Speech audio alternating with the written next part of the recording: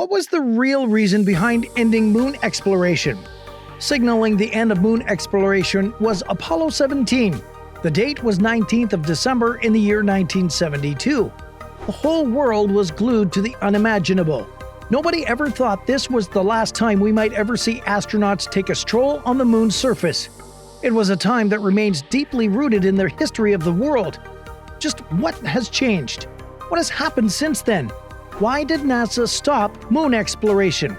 In this video, we take you through this journey from the start. We reveal the hidden secrets of how space exploration began, what triggered the start of moon exploration, and finally answer the question everyone keeps running away from. Why did NASA stop going to the moon? But before we start, check down below and hit the subscribe button and the notification bell to ensure that you're not left behind on other upcoming videos. As World War II ended in 1945, the once ardent Allies became fiercely rebelled against one another. At the height of the Cold War was a supremacy battle between the United States of America and the Soviet Union. This marked one of the earliest births of nuclear weapons and rockets. The goose was ready to be cooked. The crossing line already spelt way ahead. The dilemma remained one: which country was going to stand the test of time and prove to be the strongest powerhouse?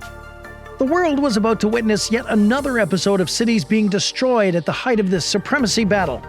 No one ever imagined that by the mid-1950s, the focus would later change when both countries decided to use the rockets they had destined for war to venture into space exploration instead. It was at that moment that real space exploration began, a journey that saw the first man land on the moon.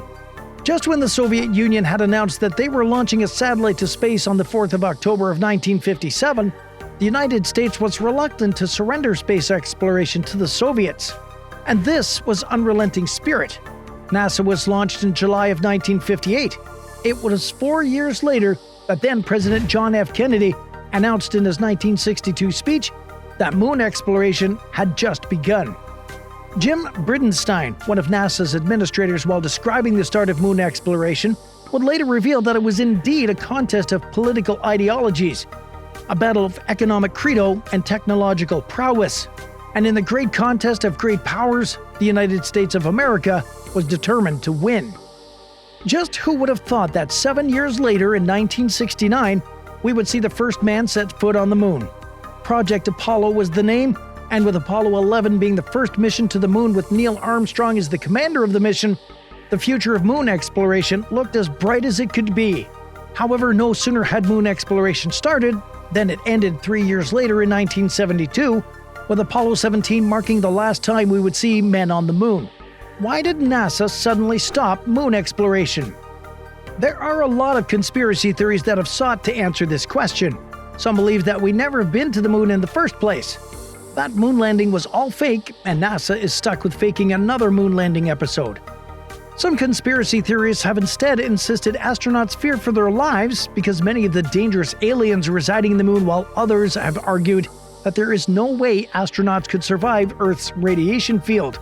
There are also others who think that the dark side of the moon contains fatally dangerous extraterrestrial spaceships, or that the moon is just but an empty spaceship ready to be launched.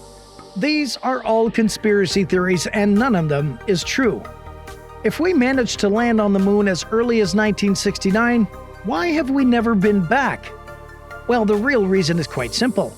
In the 1960s, NASA's dream, and indeed America's dream, was to focus all its strength to show dominance against the Soviet Union on space exploration, and to reclaim and sustain the United States supremacy. This required a lot of financial muscle. There was a lot of money that NASA needed to accomplish this dream. Projects Mercury, Gemini, and Apollo were all taking place, with each mission setting huge budgets to pay numerous contractors and NASA employees. A lot of money was also used in designing and fabricating numerous sophisticated and very expensive rockets and spacecraft to test and fly. With Project Apollo alone, NASA had employed more than 100,000 employees with huge salary scales.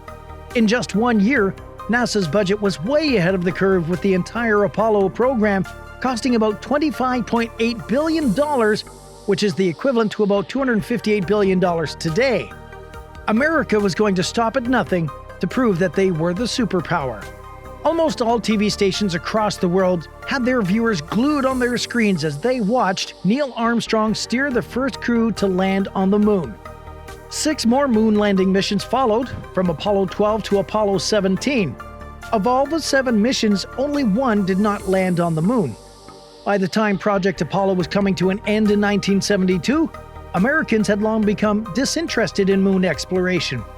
While some thought they had finally proved their dominance in space exploration, others were just happy that they had beaten the Soviets in their game. It was surprising that all the TV stations that once broadcasted every series of development on the Apollo missions had stopped by the start of Apollo 14. The focus had now changed. The Americans expressed concerns that the huge budget allocations for moon exploration were no longer worth it. There were far much more important issues to focus on.